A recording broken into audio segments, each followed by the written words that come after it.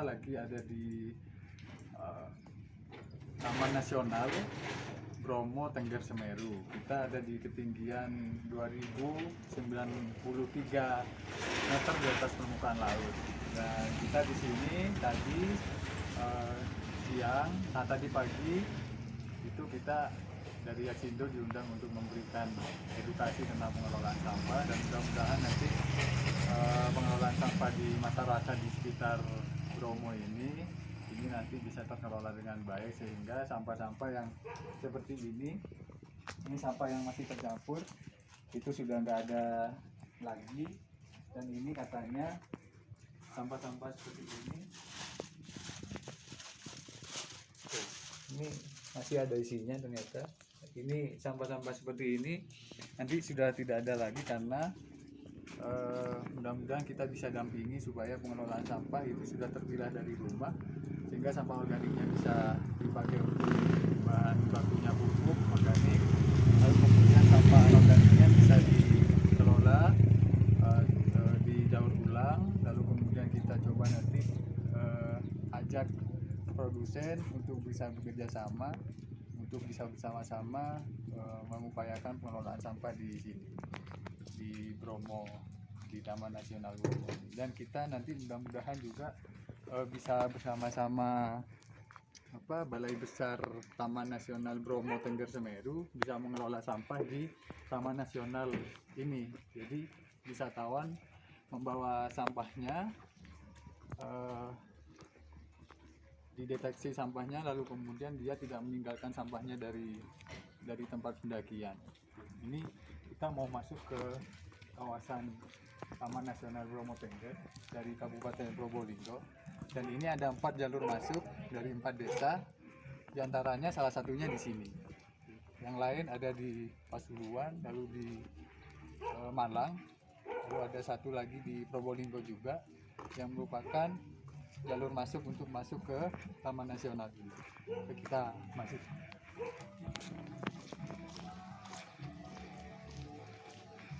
Cuaca lalu seperti ini, hujan, kabut, dan cuacanya memang seperti ini karena ketinggiannya memang sudah lumayan tinggi ini untuk kawasan pemukiman.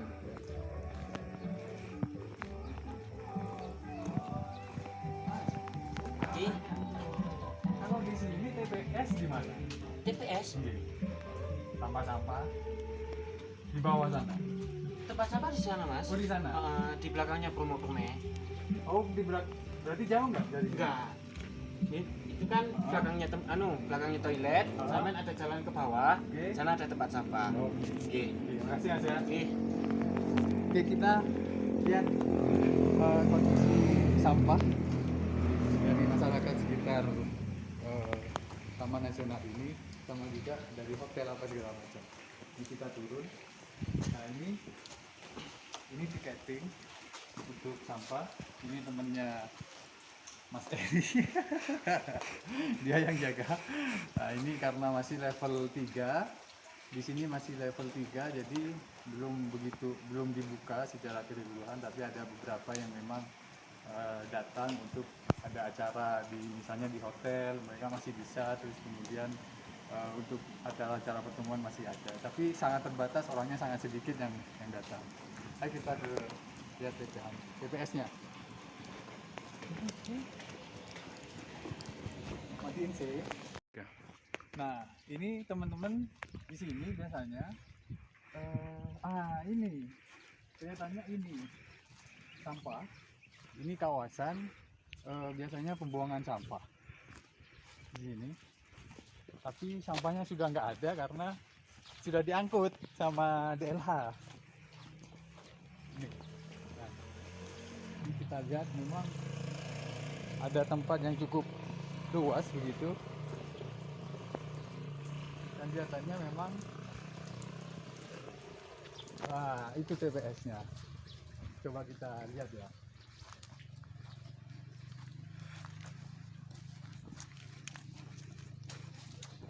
Basah sepatu ternyata. Yo. Betul. Oh, IPM. Nah, ini ternyata TPS-nya di sini. Nah ini TPS. Nah ini kondisinya ada beberapa yang dibakar gitu ya. Terus nah ini sampah juga. Terus ini ada tulisannya DLH Tengger gitu. Ini sampah biasanya mungkin dimasukkan ke sini lalu kemudian diangkut sama truk sampahnya DLH Tengger, tapi kelihatannya ini ada yang tumpah-tumpah juga, itu meluber ke sana. Nah ini meluber. Ini rata-rata sampah ya, sampah anorganik yang datang dari masyarakat dari sana, terus dari beberapa tempat komersil seperti hotel, ada juga mungkin dari dari kawasan wisata. Yaitu kita sekarang setelah lihat sampah, kita lihat balai besar Taman Nasionalnya ya. Kuat.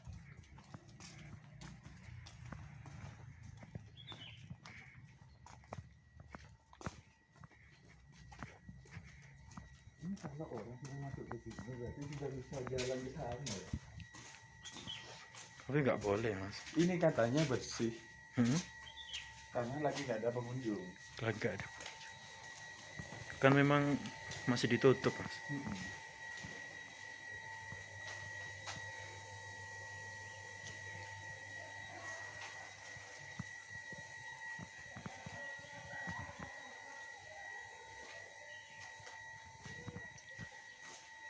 Kamu video? Iya. Video.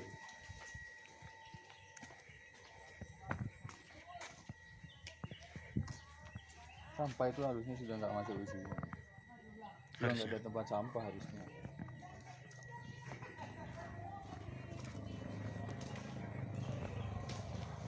Ini katanya ada TPS-nya kata apa? TPS tempat pengolahan apa? Tampungan. Oh seperti ini.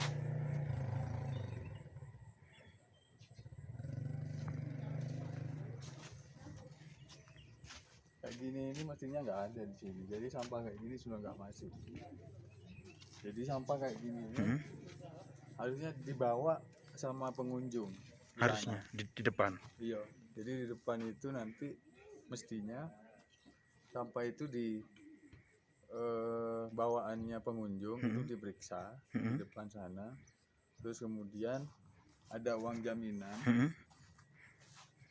yang harus ditaruh di pos sana, pos pemberangkatan itu. Lalu kemudian bawaannya yang berupa bahan-bahan makanannya, makanan minuman dari pengunjung itu dibawa ke atas. Itu nggak apa-apa, dia bawa plastik, bawa Nggak apa-apa, minuman ya? apa segala macam nggak apa-apa. Yang penting sudah terdeteksi. Karena sudah terdeteksi di sana. Nah, baru pulangnya nanti diperiksa lagi sampahnya. Kalau ada satu saja sampah yang hilang, itu maka dia didenda, uang jaminannya hilang, terus dia kena sanksi. Sanksinya itu tidak boleh mendaki lagi, nggak boleh berkunjung lagi ke semua taman nasional, nggak boleh mendaki, misalnya 2 sampai 5 tahun. Aturannya Iya. membuat apa? Buat Mengelola sampingnya wisata dia. sini membuat Buat aturan bersih. seperti itu. Iya. Nah, terus kemudian pengunjung itu nanti untuk sampahnya di tempat pemberangkatan sana itu dia dikasih 2 tempat sampah. Satu tempat sampah untuk sampahnya dia sendiri, yang kedua tempat sampah untuk sampah yang dia pungut dari sampahnya orang lain. Nah, ini sampah yang dia pungut dari orang lain itu nanti dia dapat duit, ya. Karena kan tadi ada sampah yang tidak terbawa sama pengunjung, itu dendanya diambil, nah itu diberikan kepada dia. mungut. Kepada yang mungut itu. Nah, pengunjung lain yang memungut. Di samping itu dia bisa dapat penghargaan, misalnya berupa PIN, penghargaan dari Pengelola wisata. apa taman taman taman nasional ini gitu. Dan dia menjadi anggota kehormatan pendaki. Itu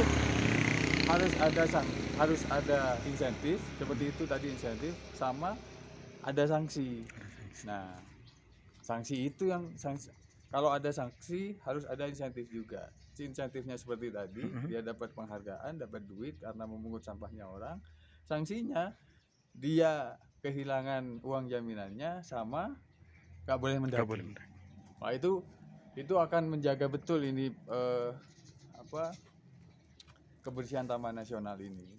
Terus yang tempat sampah yang ada di Taman Nasional itu cuma tempat sampah organik aja. Hanya sampah organik. Itu aman juga.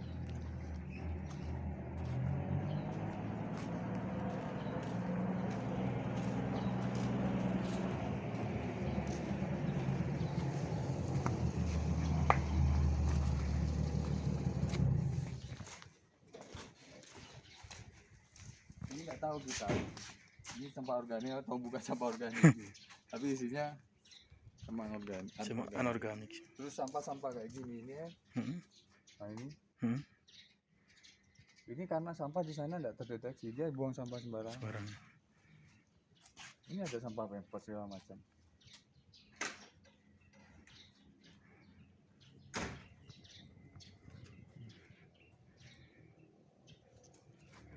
Gila ya, ada orang buang pampers di situ. Iya.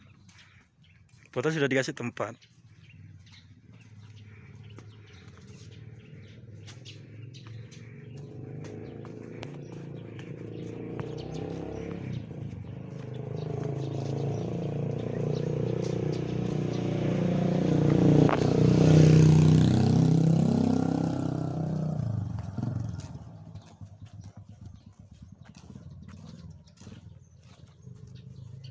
Nah kayak gini ini mestinya buat tempat sampah organik ini.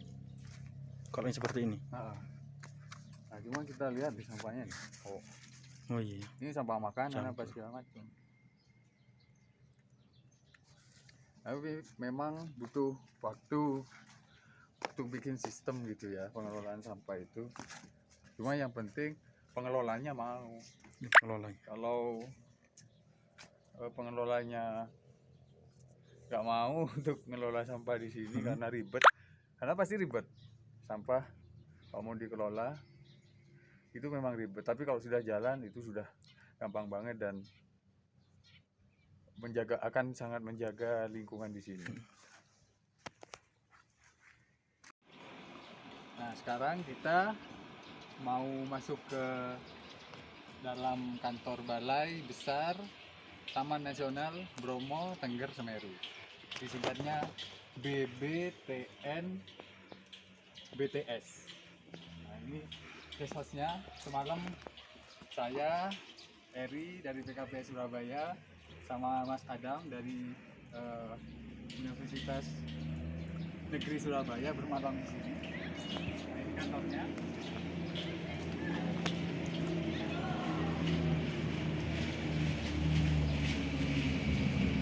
Kantornya itu tadi baca bidang pengelolaan Jaya 1. Terus tadi kita isi edukasi sama masyarakat di desa di sini itu di ruangan ini. Mudah-mudahan nggak dikunci.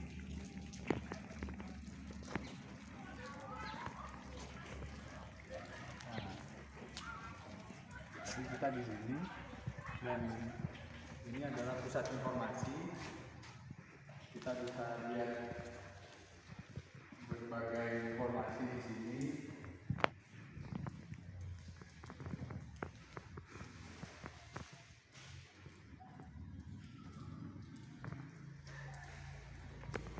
Ada batuan yang diambil dari Bromo Tengger.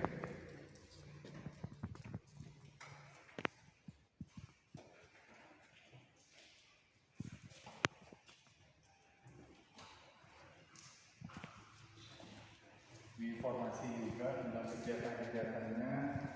Lalu ini informasi tarif masuk.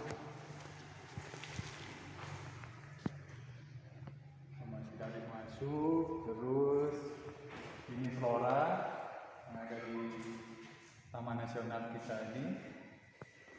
Lalu yang di sana ada fauna. Fauna itu sejarah Gunung Bromo dan Lautan Pasir. Ini dasar kapal Taman Nasional, dan ini kelihatannya adalah alat untuk mengangkut sampah ya.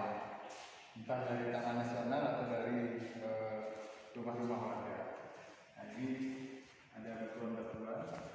Terus ini akses tadi seperti saya bilang bahwa ada 4 jalur, ada 4 akses masuk ke Taman Nasional Bromo Tengger Semeru ini. Pertama dari Desa Telogosari, terus kemudian Desa Sukapura, Desa Sukoharjo, kemudian Desa Desa Patok Picis. Nah, kita sekarang ini ada di sini, ada di pintu masuk 3 ini, di Desa Sukoharjo. Kita masuknya lewat Probolinggo. Kalau yang ini dia kalau tidak salah masuknya lewat Malang. Yang Malang mungkin ini, saya kurang tahu secara jelas. Cuman yang jelas kita ada di sini sekarang. Nah, ini kegiatan-kegiatan ini apa? Terus ini kegiatan di Gunung Semeru.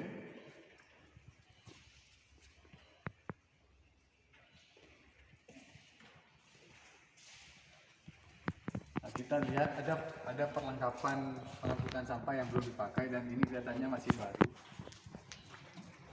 Ini ada 1, 2, 3, 4, 5, 6, 2 motor, terus kemudian ada 4, 5 dengan yang ada di gerobak tanah tadi.